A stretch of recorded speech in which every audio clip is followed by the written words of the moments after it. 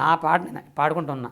ఇలా ఉండగా ఒక రోజున ఒక సభలోకి వెళ్తున్నప్పుడు కోయి కోయి అని అంటున్నప్పుడు ఒక ముసలి భక్తుడికి ఈ మాట అర్థం కాక కోయి 80 కోయి కోయి 80 కోండి కోయి అన్నాడు ఆ సభలోనే.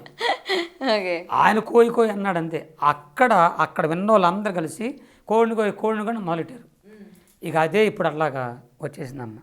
నేనన్నా కోడికోయనని అక్కడున్న ముసలి భక్తుడికి ఆనందం పెరిగిపోయి ఆ కోడికోయ అన్నాడు అంతే.